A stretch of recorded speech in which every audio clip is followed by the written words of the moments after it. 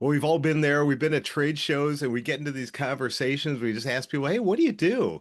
Tell me about your company. And they start going on and on and on and on. And all of a sudden, your mind is going to what time is lunch? I need to go over here, over there. Today that ends. Today that ends for you. And I've got the perfect guest who's going to help you make things clear. He's known as the King of Clarity, Steve Woodruff. So excited to have him on. Steve, welcome to Trade Show University. Jim, it's great to be here. Thanks for inviting me. Absolutely, Steve. Hey, tell people a little bit about who you are and why you're the King of Clarity. Well, I have been fascinated for I don't know how many decades after 40 years of business, but even before that, with how do you get to the point? How do you actually craft words that get ideas across to people? So, whether it was studying for the ministry in my 20s or doing psychology in college and then moving into sales and marketing and branding, everything kept boiling down to this. Here's some ideas. Here are people with their brains that work a certain way. How do you craft words that land and stick? And that has been my obsession for over 40 years. And everything I do is around clear communications. Oh, this is going to be the perfect topic for the trade show audience. And I'm so glad you're here. So I know you've been around the horn a while. You've been to trade shows.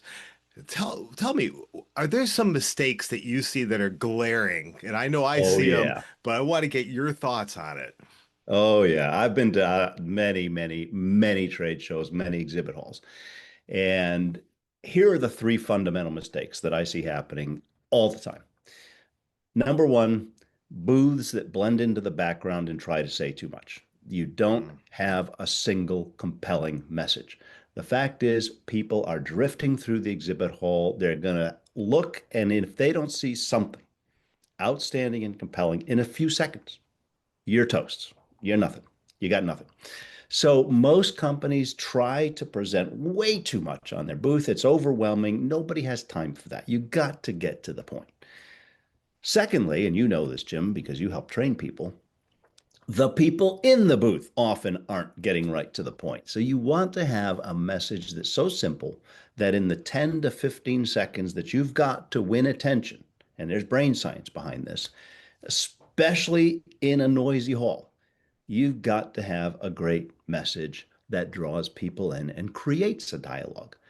A lot of people just show up haphazardly, throwing out elevator pitches, tossing out messages that have not been thought through, and the opportunity's lost. And then the third thing, and you know this too, is not the exhibit hall, but often the speakers don't get right to the point. They don't have a single compelling point that they start with, a story that draws people in. Whether it's an exhibit hall, whether it's a presentation, whether it's a sermon, whether it's a website, whatever it is, you've got to win attention and you only have seconds to do it. And that's why I advocate for something I call memory darts, putting your ideas in these little compact word packages that get the point across quickly, turn the light on, and make people say, ooh, tell me more about that. Memory darts. I love that because you remember your message is getting out there and it's sticking, right? That's the whole point of the dart That's is the to point. stick, get the point and stick it so that they remember. I love that. I love that. Just to recap a couple of things you said, try not to say too much in your message, your display, your graphics. That's something I harp on all the time. I say, make your message like a billboard, not a brochure. I mean, your Correct. exhibit like a billboard, not a brochure, but getting that compelling message, not just the generic, something that everybody in your industry can say the same thing. You've got to be. How are you standing out? And that's something that the memory dart can do. And I love the fact that you brought up speakers. I want to come back to that later, but because I think that's a huge opportunity that a lot of businesses don't consider is speaking at a show. But let's go back Yes. to memory darts. So tell me more about that. What does that look like for a company? How do they do that? So memory darts are my replacement for the elevator pitch and my replacement for white papers and too much information in general. It turns out all the great communicators throughout all of history have used short, little pieces that work. I call them memory darts. I've got 10 of them that all start with S. So snippets, stories, summaries, statements, symbolic language. These are examples of, and whether you look at how Jesus did parables, or whether you look at great speeches, or whether you look at Lincoln's 2-minute Gettysburg Address, beautiful, simple, short, full of memory darts. The guy that preceded him, Edward Everett, nobody remembers him. He spoke for 2 hours. Oh, Eloquent speaker. The man was one of the best orators. Nobody cares. They remember Lincoln, who spoke in memory darts and kept it short. So, memory darts are ways of saying something in such a short way that it creates a picture.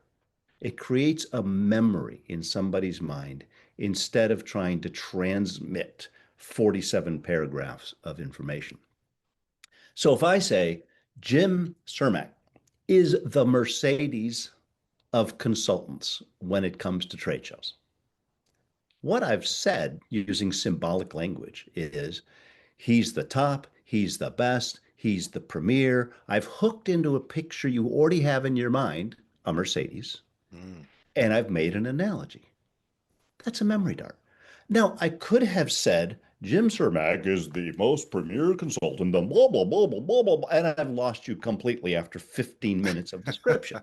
Why? You can't do that because what the human brain wants is sound bites, and we've got to give sound bites. We cannot pay attention to long dissertations.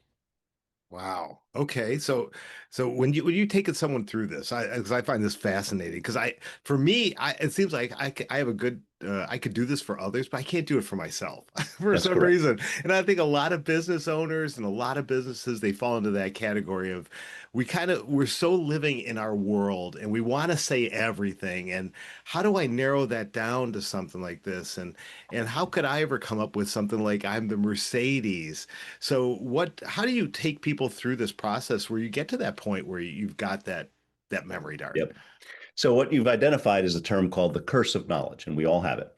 If you have expertise, if you're immersed in a certain area or company or whatever, you have too much knowledge in your head, and you can't get outside of your head. So, one of the phrases I use often is you can't read the label of the jar you're in.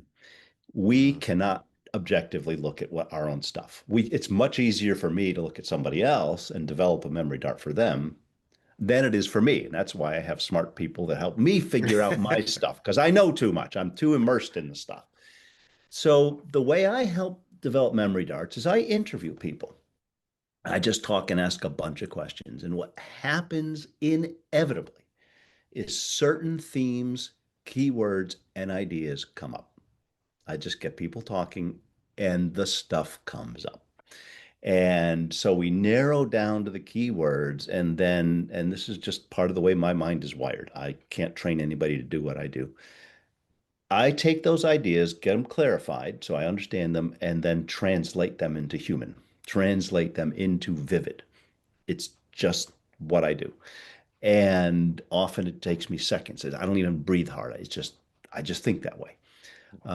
And what you want to do as a result, as an outcome, is have a way that somebody can walk into a room and they've got these memory darts in their pocket where they can say, oh, well, what I do is this and this and this. Or I'll sometimes introduce myself weaving a story into my memory dart.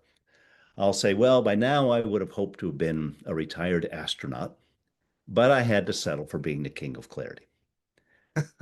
And what I've done is I've gotten people's attention. I've jarred them because it's unexpected, it's surprising. It taps into my history, a unique piece of something. And they have to, well, what's a king of clarity? Why weren't you an astronaut? And we're off and running.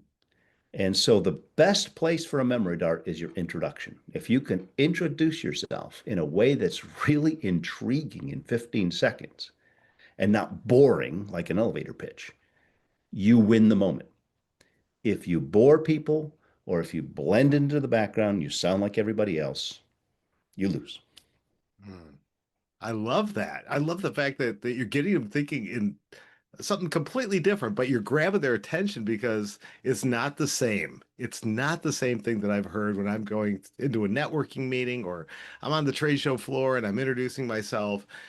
That's just phenomenal. I love that. Is there are the rules pretty much the same if I'm representing a company versus I'm representing me and my services? Because as you know, I'm representing me and I do trade show consulting. So for you to say so kindly the Mercedes of trade show consultants versus if I'm representing a company, what Yeah.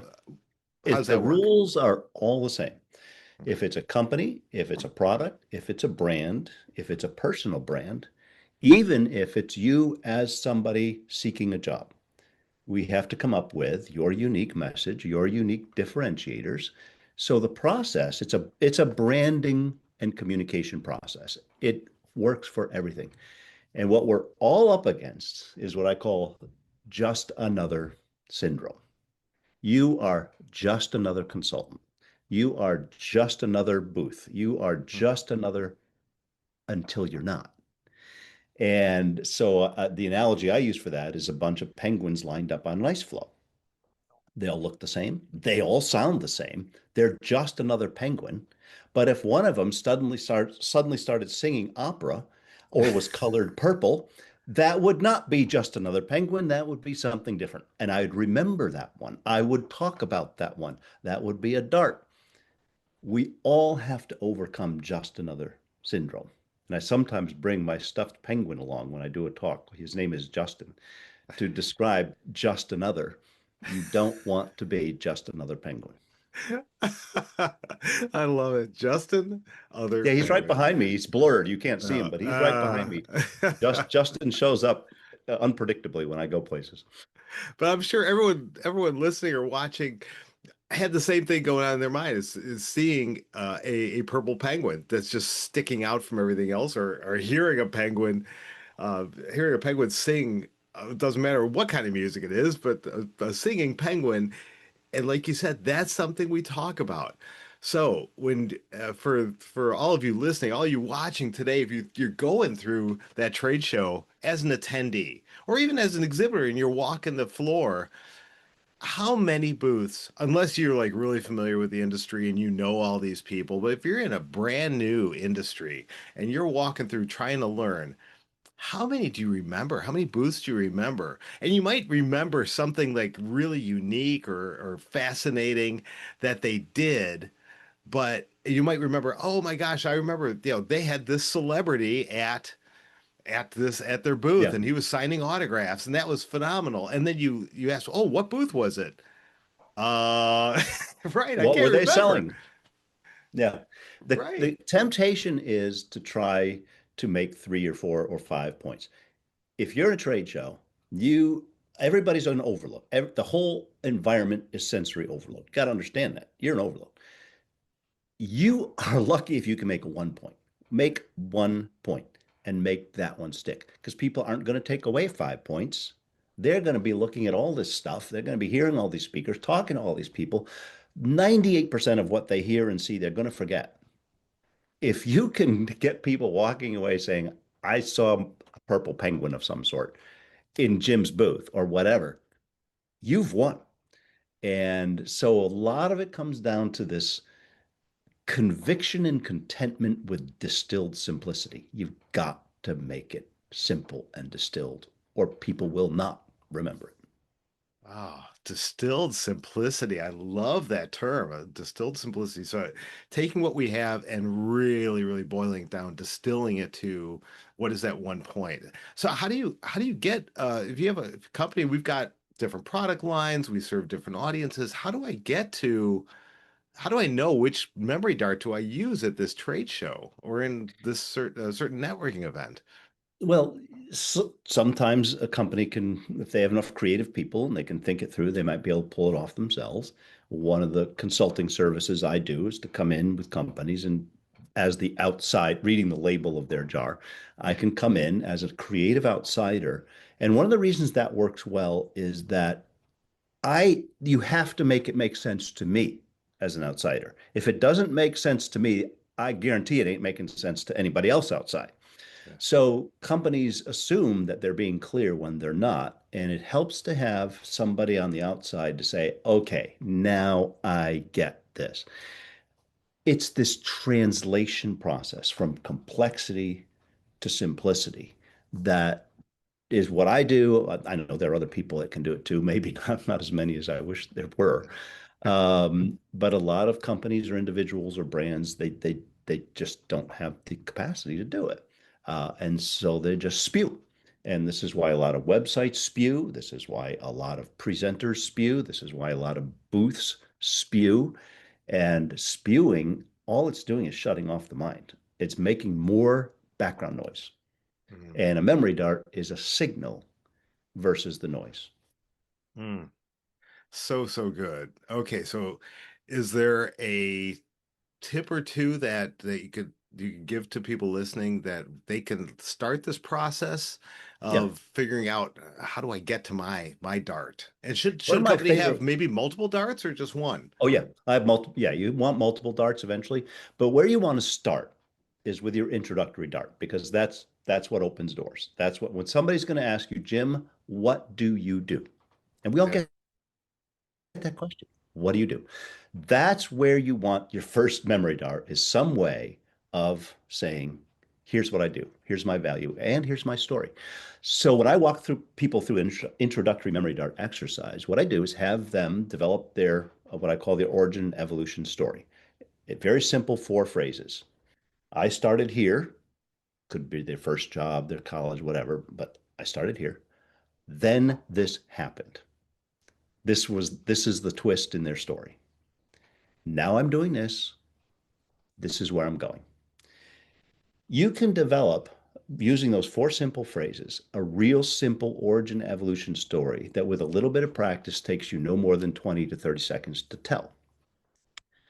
But embedded in that, the then this happened is the twist. I wanted to be an astronaut. Mm. Well, I couldn't because I had bad eyes. So, my very simple memory dart introduction is saying, this is what I wanted to do. This is what I ended up doing, what I do now. It's based right out of the origin evolution story. Anybody can do this. And your origin evolution story is unique. And that's the best thing. You are introducing your unique story right into the first 20 seconds by saying a variation I have on it because I love all things space. So I wanted to be an astronaut first, but then I wanted to be an astronomer. So I'll tell people I went to Vanderbilt to take up astronomy, and then I ran into physics and calculus. And that was the end of that dream. Oh no. And then I had to go into psychology and pursue clarity. Well, what I'm doing is humanizing. I'm showing that I'm a real human. And it opens people's ability to say, oh, I can be a human being with this person too. So instead of the introduction just being an exchange of bare information, it sparks conversation. And that's what you want. I don't want to impart 16 pages of stuff on you in the first introduction. I want to get a conversation going. So everybody has a unique twist in their story. And boy, I've heard some real good ones when I've done this exercise with groups. I mean, people that were pole dancers and people that were there. I mean, there's crazy stuff out there. Those are your best intro memory darts. People will remember. Jim Cermak used to wrestle alligators, but then he went into trade show stuff or whatever it Yeah, is. right. Then you're unforgettable. That's the goal. Oh, that is awesome. That's awesome. So one more quick question, and then I want to wrap it up a little bit here. But um, is if I have a company and I'm sending a team of people to a trade show, should they all have the same memory dart that they're throwing at people, or should they individualize it? Both. So it's very good to have individual ones, but if you have a team, you're there to sell, you're there to promote, you're there to generate leads. You need to have an agreed on strategy and message for your product, for your offering, for whatever. And so everybody should have a similar or same memory dart for the key thing you're selling. And that needs to be agreed on up front. You don't assume that everybody knows how to say it, and don't assume that whatever they've traditionally said in a half-hour meeting is going to land on a trade show floor. And that's where, a consultant like you or whatever can come in and help shape that message so that it's tight and so that it draws people in. Okay, that makes perfect sense. Perfect sense. Thank you so much. So, if you're like me, everyone listening, watching right now, you'd be like, I need to reach out to Steve because we've tried this in the past. We have our elevator pitch. Sometimes it lands, sometimes it doesn't. It seems like everybody in the company uses a different version of it, and Mhm. some of them are awful, and some of them are 10 minutes, and some of them are 30 seconds. What's the best way for them to reach out to you?